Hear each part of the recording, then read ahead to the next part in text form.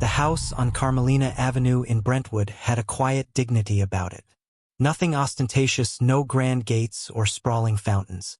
Just a low-slung, sun-washed structure surrounded by thick, mature hedges and sycamore trees that had watched over it for decades. If you didn't know it once belonged to Elizabeth Montgomery, the star of Bewitched, you wouldn't suspect a thing. There were no signs of Hollywood glamour, no commemorative plaques. Just a certain stillness. John and Melissa Harper, a married couple in their early 40s from Sacramento, weren't starstruck types. They hadn't even been looking in Los Angeles until John's work, he was a remote project manager for an energy startup, had demanded he attend frequent meetings in Santa Monica. The commute was brutal. Melissa, a freelance editor with a fascination for mid-century design, had found the house in a forgotten real estate listing with just 3 low-res photos and a vague description. Quiet 3BR on oversized Brentwood lot, previously celebrity-owned. They visited out of curiosity. The realtor mentioned the Montgomery connection almost in passing, which made Melissa's eyes widen. Samantha Stevens.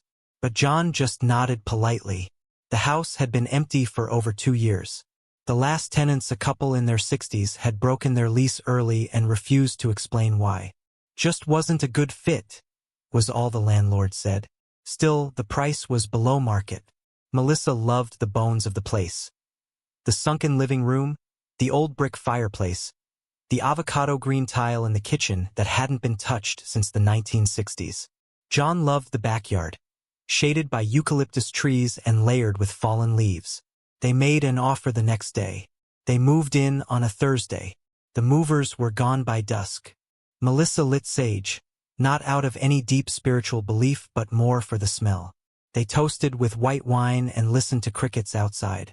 Felt perfect. That night, neither of them slept. It started with the silence. Not a peaceful, suburban quiet, but something thicker, more oppressive. As if the walls absorbed sound. The windows were draftless and the insulation old, but it wasn't physical. John noticed at first how his voice sounded duller in the master bedroom. His footsteps felt muffled. One morning he said, half joking, "This house doesn't echo." Melissa brushed it off. The house was old. It had character. Then came the smells. Faint and unpredictable. Sometimes it was a sharp whiff of roses, like cheap perfume. Other times it was cigarette smoke, curling into the hallway from nowhere. Neither John nor Melissa smoked. Elizabeth Montgomery had, though, heavily. One morning, while folding laundry in the guest room, Melissa glanced toward the hallway mirror. In its glass, she saw a shadow pass behind her, a woman's silhouette, tall, lean, with long hair. Melissa spun around. No one. She laughed it off. Sleep deprivation, maybe. She was working late hours. But when it happened again, this time in the reflection of the darkened TV screen, she didn't tell John. He had his own concerns.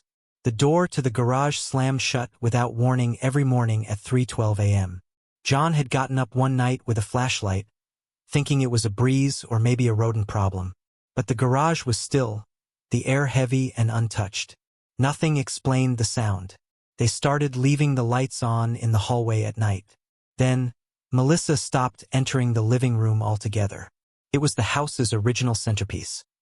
A sunken space with high wooden beams, a wrought iron chandelier, and a worn, caramel-colored leather couch that had belonged to the previous owners. On the west-facing wall, behind gauzy curtains, was a large floor-to-ceiling window that let in an amber glow during golden hour. And yet, something about the room was wrong. Melissa first felt it when she brought in a framed photo of her late mother and placed it on the mantel. The next day, it was lying flat on its face. She blamed herself, maybe she hadn't balanced it properly. But when she put it back, anchoring it with a bookend, and returned to find it on the floor again, glass cracked and frame warped, she didn't have an answer. That was when she noticed the cold spot. A single patch of the living room by the arm of the couch where the air never warmed, even under full sunlight. It wasn't just chilly.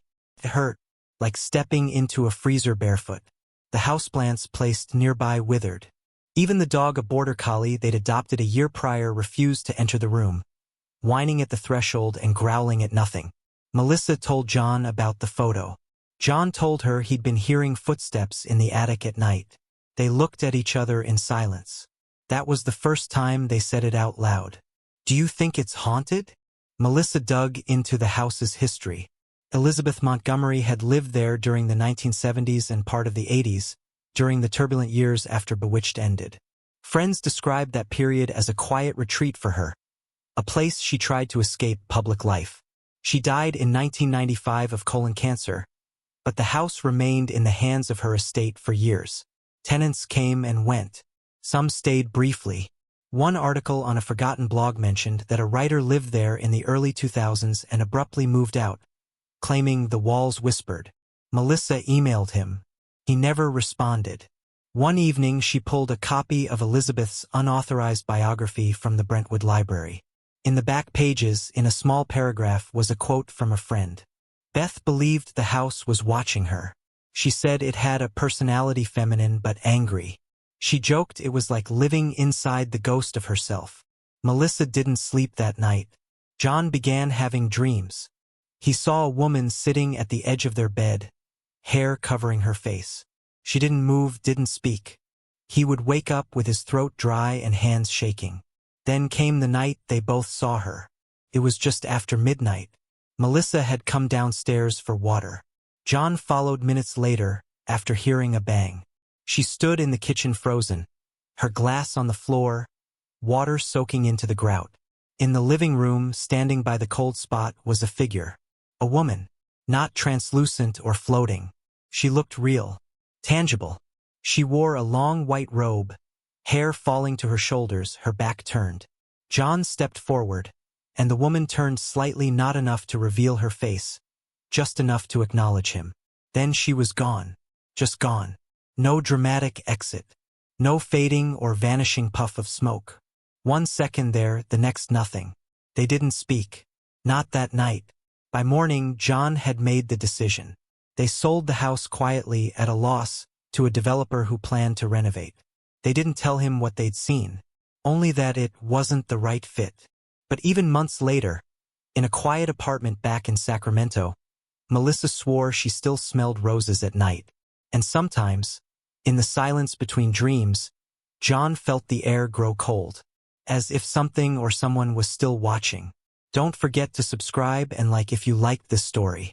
Dane Colfax was not a superstitious man. At 39, he'd made a quiet fortune flipping mid-century homes on the west side. A Brentwood property once owned by a TV icon? That was gold. Nostalgia sold. Even if the house had a strange chill and the windows never quite stayed clean, he chalked it up to years of neglect. The paperwork was effortless. The Harpers didn't haggle, didn't ask for contingencies. They were packed and gone before Dane's crew even arrived with the first dumpster. The house had good bones, as agents like to say, but Dane knew that was just polite talk for it needs everything. Still, he didn't plan to tear it down. He'd been around long enough to know that some buyers, especially the ones with money, liked a touch of old Hollywood in their real estate. His plan was to preserve the facade, gut the interior, and install new plumbing, floors, lighting, maybe even a plunge pool in the backyard. Give it that mid-century luxury that read well in a listing but felt brand new. The first week went as expected. Demo crew, dust, the constant whine of reciprocating saws. Dane walked the property each evening with his clipboard, making notes while the sun poured through the west-facing windows, casting long, syrup-colored shadows across the plastic-covered floors. It was on the 9th day that something shifted. He was alone, just him and the electrician who'd gone out front to check the main panel. Dane was standing in the living room, looking up at the ceiling joists when he felt it. A change in air pressure, like a room sealing itself tight. His ears popped.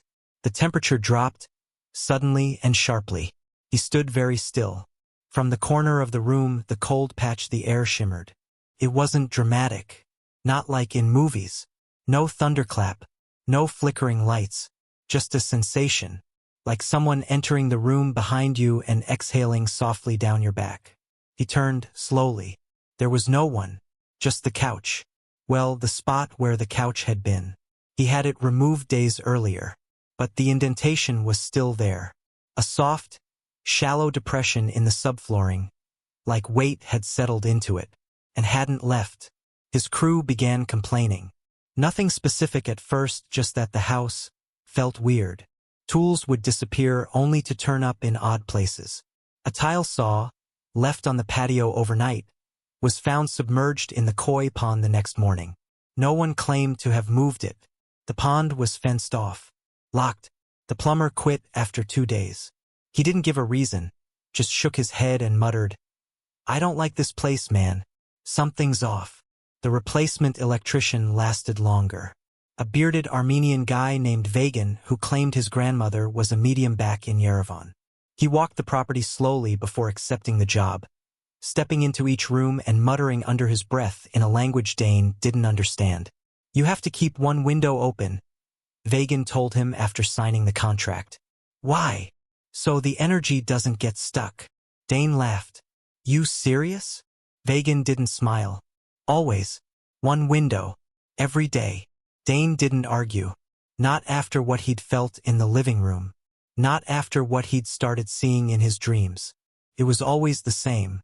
Dane would wake up just before dawn, heart racing, the smell of something floral, roses, or maybe gardenias clinging to his nostrils. In the dream, he was standing in the house's hallway, facing the built-in linen closet. The door was ajar. Light spilled out from behind it, golden and warm. He reached out every time and pulled it open. Inside, a woman stood perfectly still, pressed into the narrow space as if trying to disappear. She wore a white robe. Her hair was long and pale, a few shades lighter than the wood paneling behind her. Her eyes were closed, lips parted slightly, like she'd just whispered something.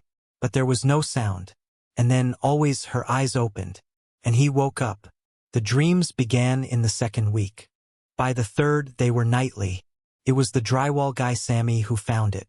They were tearing out the old plaster in the master bedroom when his hammer punched through the wall and struck something soft. A shallow cavity had been built into the studs, about shoulder height.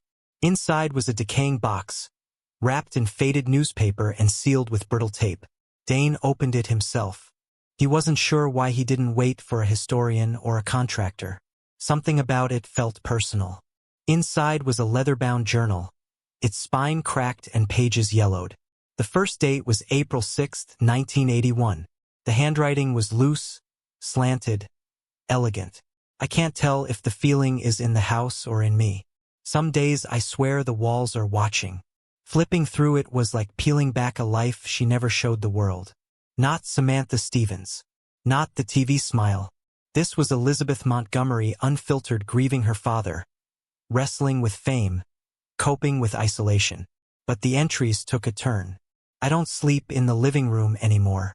There's something there. I keep the curtains closed. The cold is worse now. I hear whispers when I sit still. Then later, I burn sage. It made her angry. The smell of roses comes after. I think she lives in the walls. I think it's me." Dane stopped reading after that. He placed the journal back in the box, resealed it with painter's tape, and stored it in his truck. He didn't tell the crew. That night, the scent of roses was so strong in his bedroom, he stripped the sheets and checked the vents for hidden air fresheners. He found nothing, just the sound of footsteps above him. In an attic with no floorboards, Dane Colfax stopped sleeping in his own house. He kept a rented trailer parked in the driveway of the Montgomery property, claiming it was more convenient during renovations, but the truth was simpler. He couldn't bring himself to go home after dark. Every night he'd sit in the small aluminum box, shades drawn, boots off, sipping warm beer from a can and staring through the trailer's fogged window at the house across the cracked walkway. Something was moving inside it. Always around the same hour, just before 2 a.m., a lamp would flicker on in the living room. Not all the lights, just one. Soft, golden, like a candle's glow. And then a shadow would pass in front of it, slow, deliberate, as if walking across a stage. But the house had no working electricity. The wires had been pulled 2 weeks ago. Vagan, the electrician with the superstitious grandmother, quit the same day Dane found the journal. Didn't even collect his last check. Just walked off-site and never returned a single call. The rest of the crew thinned out by the end of the month. Only one stayed, Benny the carpenter. Mid-60s, semi-retired, lived alone in Reseda. He didn't scare easy. Said ghosts were just grief in disguise. But even Benny kept his distance after dusk. "I hear her walking," he told Dane one afternoon, sweat slick on his temples despite the cool spring air. Light steps, like bare feet on old wood. Dane didn't answer. He was looking at the spot on the floor again, the one in the living room where the couch used to sit. He tried sanding it down, replacing the boards, even laying temporary tile. But the spot always came back. Always cold. Always slightly darker than the rest of the floor. As if the house remembered her weight. 3 weeks into the project, Dane decided to open the wall in the hallway. He told himself it was for insulation, there was none, and California codes were getting stricter, but in truth, he couldn't stop thinking about the hidden space in the bedroom, the one where the journal was found. If Elizabeth had hidden one thing in these walls, what else had she left behind? He started at the linen closet, prying the frame loose with a crowbar, the plaster cracking in thin, dry pops. Behind it, nothing, just dark air and wooden studs. But the smell hit him immediately. Not mold, not rot, something sweeter, deeper, like perfume that had gone sour. Roses, and something underneath. He reached into the cavity, flashlight balanced between his teeth. His fingers brushed something smooth, curved. It took effort to pull it loose. When he finally stepped back into the hallway's natural light, he was holding a porcelain object in his hand.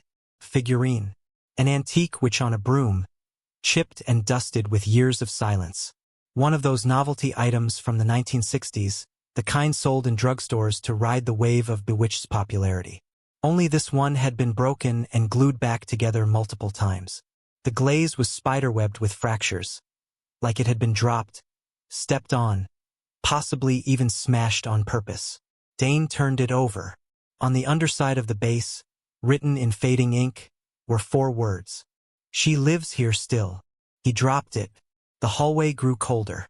From somewhere deep in the house below the subfloor or behind the walls came the unmistakable sound of laughter. A woman's voice, brittle and slow. Not joyous, not playful. Mocking. Benny refused to return after that. He didn't offer a dramatic exit. No threats or ghost stories. He just called Dane the next morning and said, "Some houses don't want to be fixed." When Dane asked what that meant, Benny paused. "She died angry. That doesn't just go away." And then he hung up. Dane was alone now. He walked the house with new caution. The structure had grown louder, settling in ways that felt intentional. Cracks appeared in the ceiling that hadn't been there the day before. Nail heads pushed themselves out of the walls. The front door no longer closed flush. Even the wind sounded wrong. It didn't whistle, it spoke. In short, blunt bursts that almost resembled words. He kept the journal on the trailer's counter, wrapped in a bath towel. He had stopped opening it. One sleepless night, after too much whiskey and not enough reason, Dane made a decision. He took a crowbar and flashlight and entered the living room barefoot.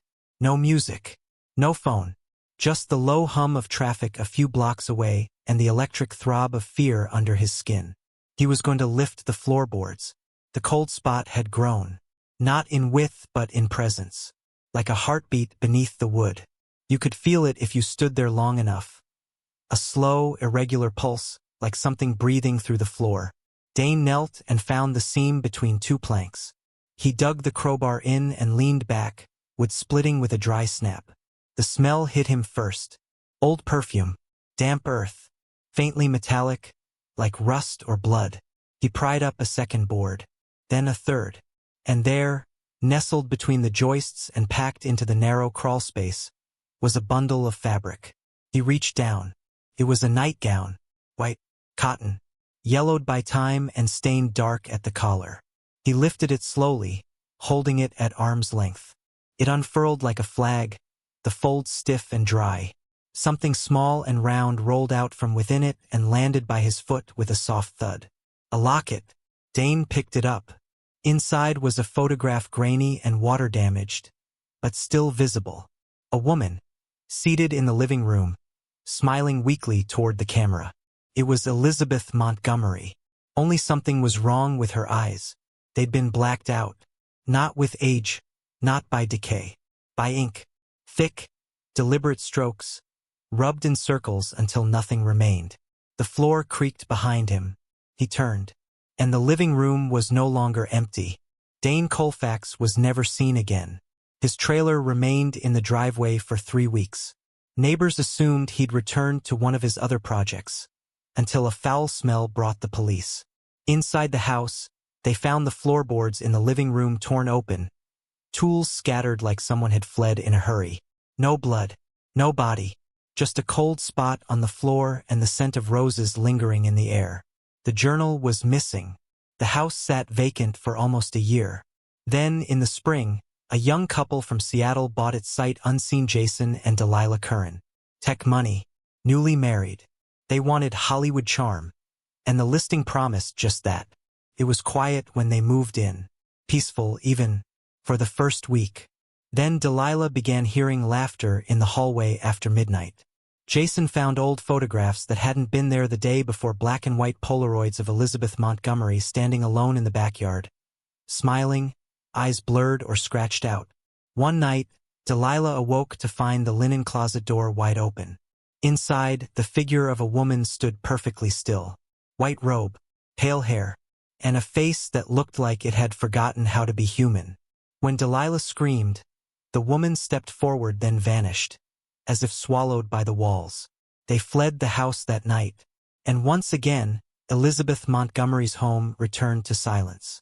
The real estate agent still lists it every 6 months. The photos are beautiful. Warm lighting, mid-century charm, a bit of old magic in Brentwood. But no one stays long, because the house doesn't want to be sold. It wants to be remembered. Don't forget to subscribe and like if you liked this story.